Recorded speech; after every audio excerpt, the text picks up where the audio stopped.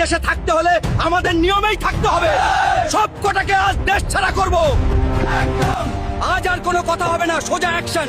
হিন্দু রাষ্ট্রে থাকতে হলে আমাদের কথা মতো চলতে হবে। নমস্কার দাদা। আজ আমরা একটা চূড়ান্ত সিদ্ধান্ত নিয়ে এসেছি, শুধু আপনার সাপোর্ট চাই। কি এমন সিদ্ধান্ত নিলি তোরা যে এত রাগান্বিত হয়ে আছিস? দাদা, দেশ থেকে সব মুসলমানকে তাড়াতে হবে। আমরা এই দেশকে হিন্দু রাষ্ট্র হিসেবে গড়তে চাই। দারুণ আইডিয়া। আমি তো পুরো দস্তুর তোদের সাথে আছি। কাজটা তাহলে নিজেদের পাড়া থেকেই শুরু হোক। সবার আগে চল ওই মেকানিক আব্দুলকে ঘাট ধাক্কা দিয়ে বের করি। আরে না না দাদা, আব্দুল ভাই তো বিপদের বন্ধু, ওর তো কোনো দোষ নেই।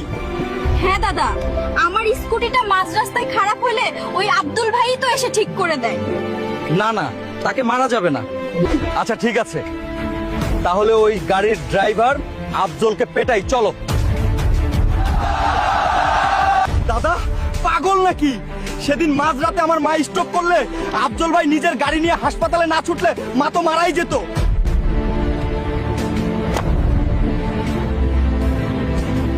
কি হলো বীর পুরুষেরা? দু চারটে নাম বলতেই অস্ত্র নেমে গেল সবার। যাদের তাড়াতে এসেছিস, তোদের নিজের জীবনের সাথেই তো তারা আষ্টে পৃষ্ঠে জড়িয়ে আছে।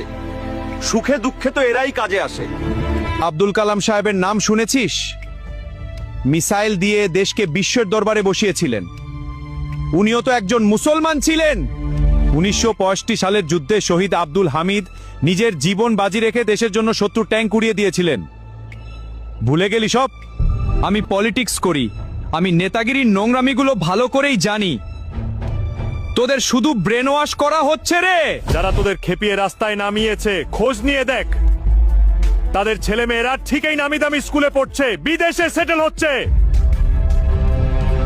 আর তোরা এখানে নিজেদের ভাইদের সাথে মারামারি করে জীবন নষ্ট করছিস।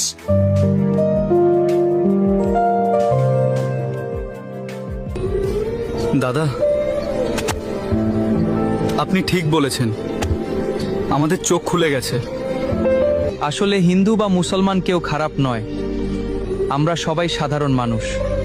যে মানুষগুলো নিজের স্বার্থের জন্য আমাদের মধ্যে এই ভেদাভেদ তৈরি করে, সেই নোংরা মানুষগুলোই আসল খারাপ, মানুষরূপী পশু। দিন শেষে আমরা সবাই মানুষ, এটাই আমাদের সবচেয়ে বড় পরিচয়। ধর্ম, জাতি, বর্ণ বা মতের ভেদাভেদ সৃষ্টি করে শুধু দূরত্ব, কিন্তু ভালোবাসা আর মানবতা গড়ে তোলে একতার সেতুবন্ধন।